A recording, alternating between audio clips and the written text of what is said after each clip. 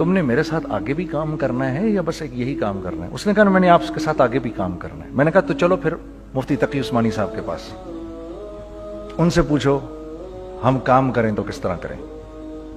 ہم دونوں مفتی تقی صاحب کے پاس پہنچ گئے، مفتی صاحب کے پاس بیٹھے۔ اچھا میں مفتی صاحب سے میرا تعلق تھا، ان کو بھی جانتے تھے مفتی صاحب، تو مفتی صاحب کہنے لگے بھائی 3 کام کرو۔ پہلا کام یہ لکھو یہ کاروبار ختم کیسے ہوگا، یہ جے ڈاٹ ختم کیسے ہوگا، یہ لکھو پہلے۔ دوسرا کام، پہلا کام یہ سب سے آسان ہے، اب اس سے اور مشکل کام وہ یہ کہ عزم کرو اس بات کا ایک دوسرے کو دھوکہ نہیں دو گے تم دونوں، یہ اس سے مشکل کام کہا۔ اور اب تیسرا سب سے مشکل کام، یہ نیت کرو کہ اس کاروبار سے تم نے لوگوں کو نفع پہنچانا ہے، فائدہ پہنچانا ہے۔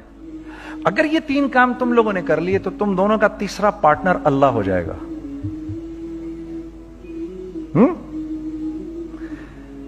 تو سب سے پہلا کام یہ کیا ہم نے، میں نے اس کو بولا قرآن پہ ہاتھ رکھ کے دیکھ، اللہ نے چاہا میں تجھے کبھی دھوکہ نہیں دوں گا۔ اس نے کہا اللہ نے چاہا میں بھی آپ کو کبھی دھوکہ نہیں دوں گا۔ یہ آج سے 15 سال پہلے کی بات ہے۔ پھر دن اور رات بیٹھ کر ہم یہ سوچتے تھے کہ ہم لوگوں کو فائدہ کیسے پہنچائیں۔ ہم نے ایک کپڑا بنایا، وہ کپڑا کاٹن کا۔ سب سے پہلا کام جو ہم نے کیا وہ یہ کیا کہ یہ جو مرا ہوا ایک نظام تھا کھڑیوں کا، اس کو زندہ کیا، جس کی وجہ سے تقریباً 10,000 لوگوں کی جابز لگ گئیں۔ ایک ڈائنگ آرٹ تھا بالکل۔ یہ کھڑیوں کا کپڑا ایسا ہی ہے جیسے ہینڈ میڈ شو اور ہینڈ میڈ کلاتھ، ٹھیک ہے نا۔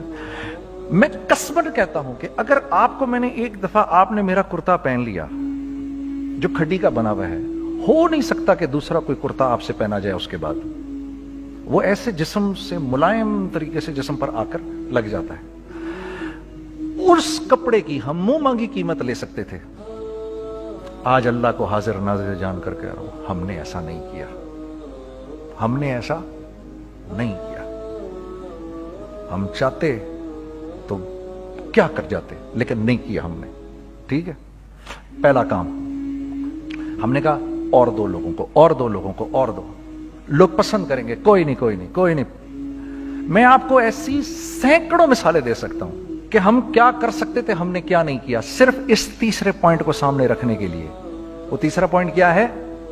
لوگوں کو نفع پہنچانا، کیونکہ ہم نہیں چاہتے کہ ہمارا تیسرا پارٹنر ہم کو چھوڑ کے چلا جائے۔ میں آپ کو کیا کیا بتاؤں، تیسرے پارٹنر نے کیا کیا کچھ کیا۔ پشاور پہنچے میں اور میرا ساتھی، میں آپ کے سامنے وہ ایکسپیرینسز آپ کی تقویت کے لیے بتا رہا ہوں، آپ اپنی کوئی بڑائی نہیں بتا رہا، آپ کی تقویت کے لیے بتا رہا ہوں کہ کل جب آپ ایسے کریں گے نا تو گھبرانا مت۔ ہم کہتے ہیں ملٹی نیشنل آئیں ہمارے ملک میں، بہت اچھی بات ہے، آئیں، اس میں کیا ہے، لیکن یار ہم میں خود میں کیا کمی ہے، آپ مجھے یہ بتاؤ۔ ہم سیدھے ہو جائیں، خدا کی قسم ضرورت نہیں ہمیں کسی ملٹی نیشنل کی، کیونکہ ہمارا دماغ جو ہے نا، ہمارا دماغ تو اتنا تیز ہے، اتنا تیز ہے، دیکھو نا بے ایمانی کر کے ہم کتنا کچھ کر لیتے ہیں۔ تو اگر اسی دماغ کو سیدھا چلائیں گے تو کیا کریں گے؟ اگر یہ دماغ سیدھا چلے، پاکستان، ارے بھائی بھول جائیں گے لوگ جاپان کو اور کوریا کو، بھول جائیں گے لوگ۔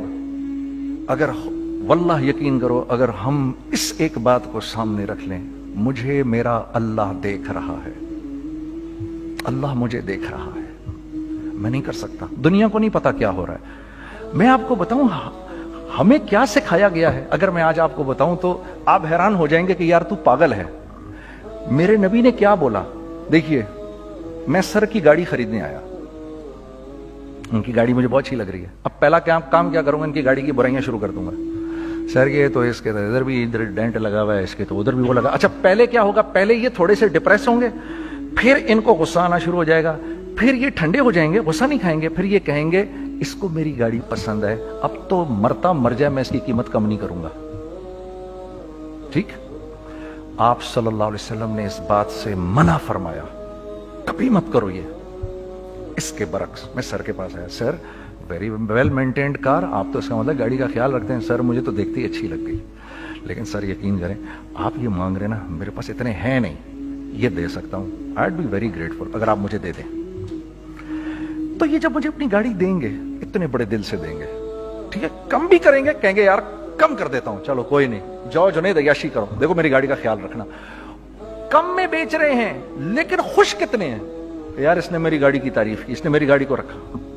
آپ کو پتہ ہے ہمیں کیا سکھایا گیا ہے خریدتے وقت کسی چیز کو؟ پتہ ہے آپ کو اللہ کے نبی نے کیا بولا جب کسی چیز کو خریدو تو کیسے خریدو؟ میں آپ کو بتاتا ہوں. ایک صحابی نے کے پاس غلام گھوڑا لے کر آ گیا. حضرت یہ دیکھا آپ نے, یہ گھوڑا یہ 300 درہم کا فائنل ہو گیا ہے, یہ آدمی 300 درہم میں دے رہا ہے مجھے. تو نے اس گھوڑے کو دیکھا, پھر اس آدمی کو دیکھا, بولا سنو اگر میں اس کے 400 درہم کر دوں تو میں کوئی اعتراض تو نہیں؟ انہوں نے کہا نہیں حضرت. تو مطلب کیا مطلب؟ اچھا ایسے کرو, اگر 500 کر دوں, 600 کر دوں, 700 کر دوں. 800 تک لے گئے 300 درہم کے گھوڑے کو, 800 میں. تو غلام بھی پاگل ہو گیا اور وہ بائر بھی سمجھا کہ ہی از اے کریزی مین. تو اس کو 800 درہم دیے, یار یہ رکھ لے, یہ رکھ لے, اور یہ گھوڑا مجھے دے دے. غلام نے کہا سر کیا کیا یہ آپ نے؟ کہا بات یہ ہے کہ میرے نبی نے مجھے یہ بات بتائی کہ اگر کوئی چیز خریدنے لگو تو اگر اس کی قیمت کم ہو تو تم کم قیمت مت دینا, اس کی حد الامکان جتنے تمہارے پیسے ہو نا, جتنے دے سکو اس کی وہ قیمت دینا. یہ مجھے میرے نبی نے سکھایا. یہ تھا 1000 درہم کا, میں نے تو 200 درہم کم دیے.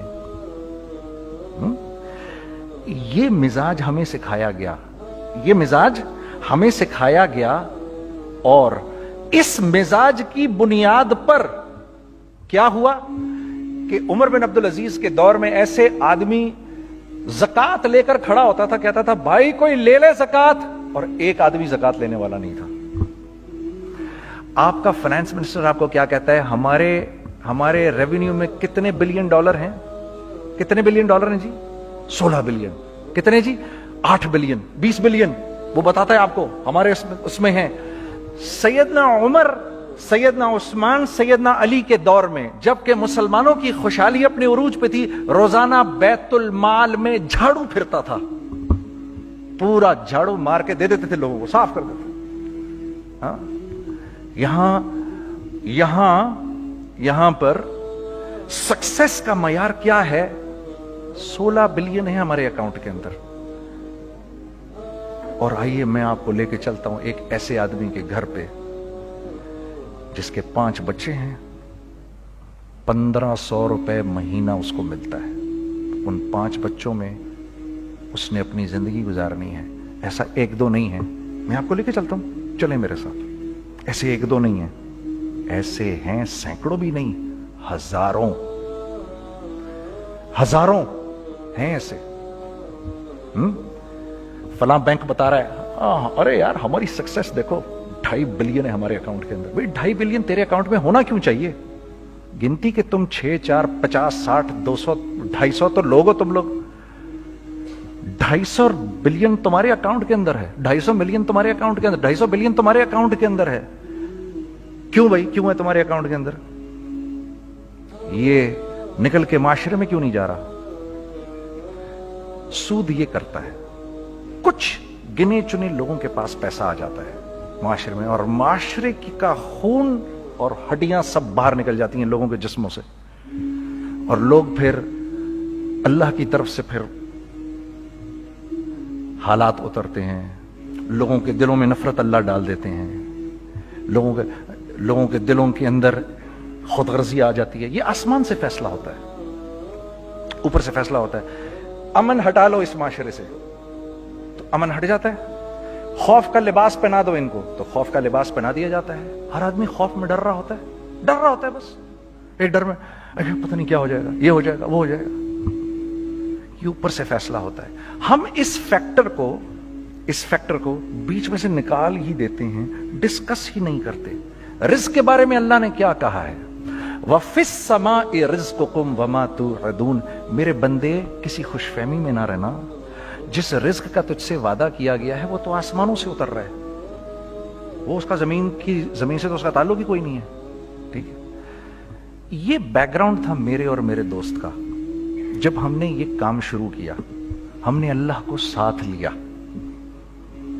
ایسے ایک بیگ میرے ہاتھ میں تھا, ایک بیگ اس کے ہاتھ میں تھا, اور پشاور کی گلیوں میں ہم پھر رہے تھے کہ کوئی ہمارے کپڑے کو رکھ لے. کوئی ہمارے کپڑے رکھنے کو تیار نہیں تھا.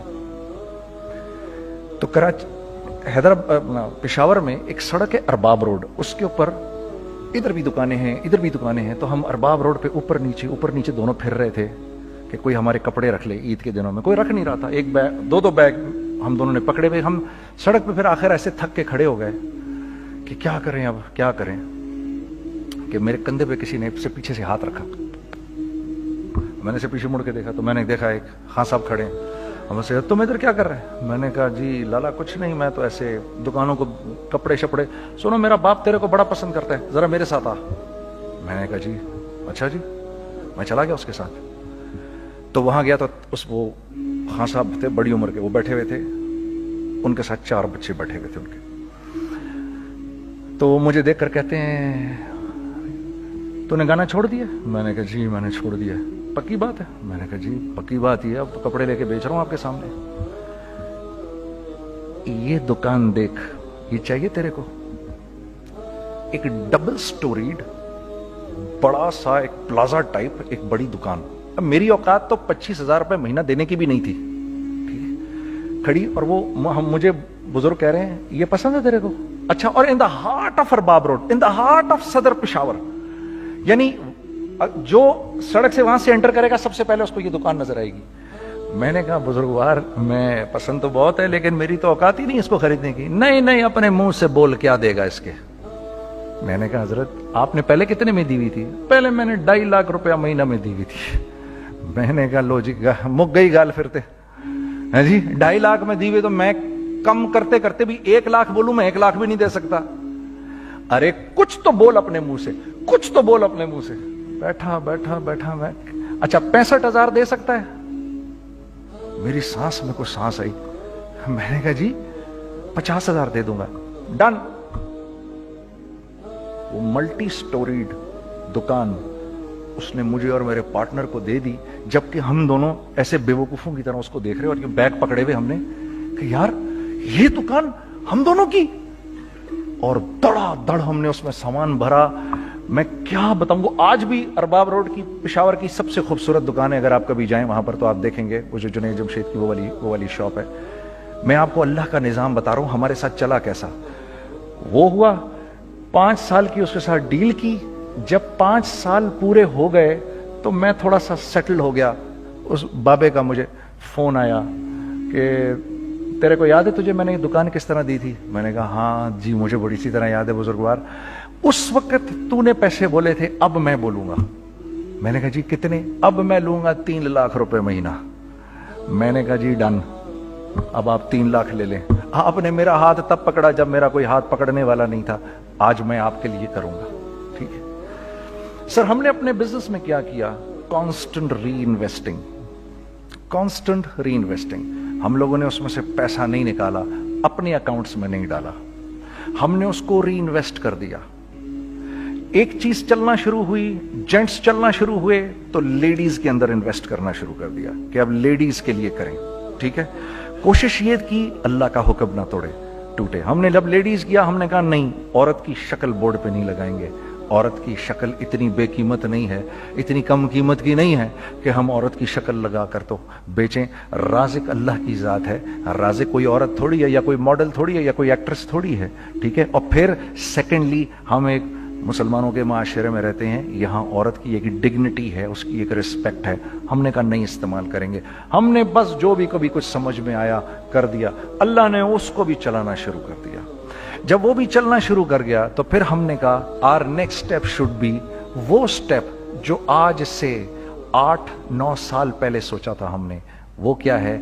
Pakistani product now should go to different parts of the world. اب لے کے جاؤ اس کو اور وہاں کے لوگوں کو دکھاؤ کاروبار کیسے کیا جاتا ہے. میں آپ کو تھوڑی سی باتیں بتاتا ہوں ذرا سی. وہ لوگ ان کا کام کیوں چل رہا ہوتا ہے, ہمارا نقصان کیوں ہو رہا ہوتا ہے. میں نے ایک سویٹر پہنا 50 پاؤنڈ کا, مارکس اینڈ اسپینسر سے.